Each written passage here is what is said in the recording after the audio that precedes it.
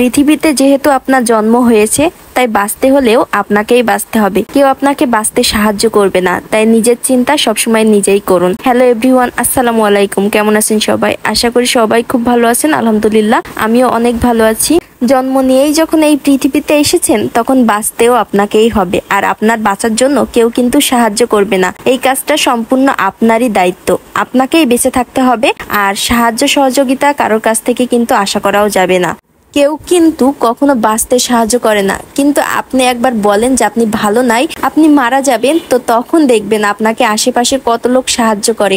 আপনি যাতে মারা যান সেই পথটাও কিন্তু তারা খুব সুন্দরভাবে পরিষ্কার করে দিবে, যে তুমি এই পথ দিয়ে যাও, এই পথ দিয়ে গেলে তোমার কোনো কষ্টই হবে না মরতে। কিন্তু তারা কখনোই আপনাকে বলবে না যে এই পথে তুমি যেও না, এই পথে গেলে তুমি মারা পড়বে, আরো একটা পথ আছে, তুমি সেই পথে যাও, সেই পথে গেলে তুমি হয়তো বেঁচে থাকবে। এই কথাটা কিন্তু কখনোই কেউ বলবে না। তাই নিজেকে নিজেই বাঁচিয়ে রাখতে হবে। মনের ভিতর আশা তৈরি করতে হবে যে না, আমাকে বাঁচতেই হবে, সেটা আমার নিজের জন্য হলেও। তো যাই হোক, আজকে এই কথাগুলো বলার কারণ একটাই, কারণ হলো মাঝে মাঝে মনে হয় কিছু মানুষ আমাকে অনেক বেশি কষ্ট দেয়, আর এই কষ্টের কারণেই তাদের কাছ থেকে অনেক দূরে চলে যেতে মনে চাই। তবে পরবর্তীতে আমি নিজেই ভাবি, কেন কিছু মানুষের কারণে আমি আমার জীবনটা নষ্ট করব? কেন আমি তাদের কারণে কষ্ট পাবো? কেন আমি তাদের কারণে দূরে চলে যাব? আমাকে বাঁচতেই হবে, আমাকে নিজের জন্য হলেও বাঁচতে হবে। কারণ তারা চাই আমি দূরে চলে যাই, কিন্তু আমাকে আমার নিজের জন্য হলেও টিকে থাকতে হবে। আর এটা কিন্তু সবারই করা উচিত, কারণ সবাইকেই কিন্তু নিজের জন্য হলেও বাঁচতে হবে। অন্যের কথায় কষ্ট পেয়ে নিজের জীবন শেষ করে দেওয়া বা দূরে কোথাও চলে যাওয়া, এইটা একদমই বোকামি। কারণ তারা তো চাই আপনি দূরে থাকেন, আপনি কষ্ট পান, আর আপনার কষ্টে তারা খুশি হবে।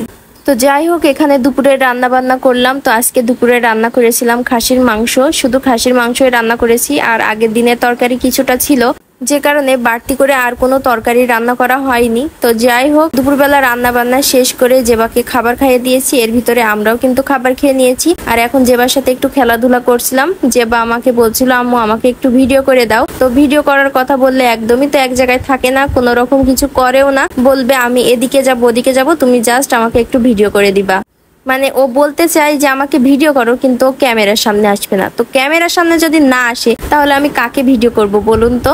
আর ক্যামেরার সামনে আসলেই অনেক বেশি চঞ্চল হয়ে যায়। হয় একদম চুপচাপ দাঁড়িয়ে থাকবে, আর না হয় খালি এ ঘর ও ঘর ছুটাছুটি করবে, একদমই এক জায়গায় থাকে না, কোনো রকম কোনো কিছু করে না।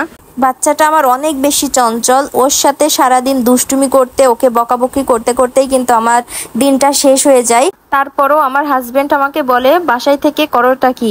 আসলে পুরুষ মানুষ বাসায় থাকে না, বাইরে থাকে। বাসায় যে তেমন কোনো কাজ নাই সেটা ঠিক, কিন্তু বাচ্চা নিয়ে যে সারাটা দিন আমি থাকি, আর ওর পিছনে যে কতটা পরিশ্রম করতে হয় সেটা একমাত্র আমি জানি। আর আমার মতন ছোট ছোট যাদের ঘরে বাচ্চা আছে সেই সব আপুরাই জানে। আমার তো মনে হয় শুধু আমার হাজবেন্ড না, সব আপুদের হাজবেন্ডরাই এরকম ভাবে বলে যে বাসায় থেকে করোটা কি।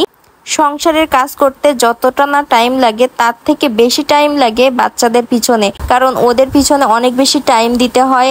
আর খাওয়াতে গেলে তো 1-2 ঘন্টা লেগে যায়, যেটা কিনা কোনো পুরুষ মানুষই বুঝবে না। তো যাই হোক, এই ছিল আজকে আমার ভিডিও। আর শেষ বেলায় আবারও বলবো, বাঁচতে হলে সবসময় নিজের জন্য বাঁচুন, দেখবেন নিজে অনেক ভালো থাকবেন। তো সবাই ভালো থাকবেন, আল্লাহ হাফেজ।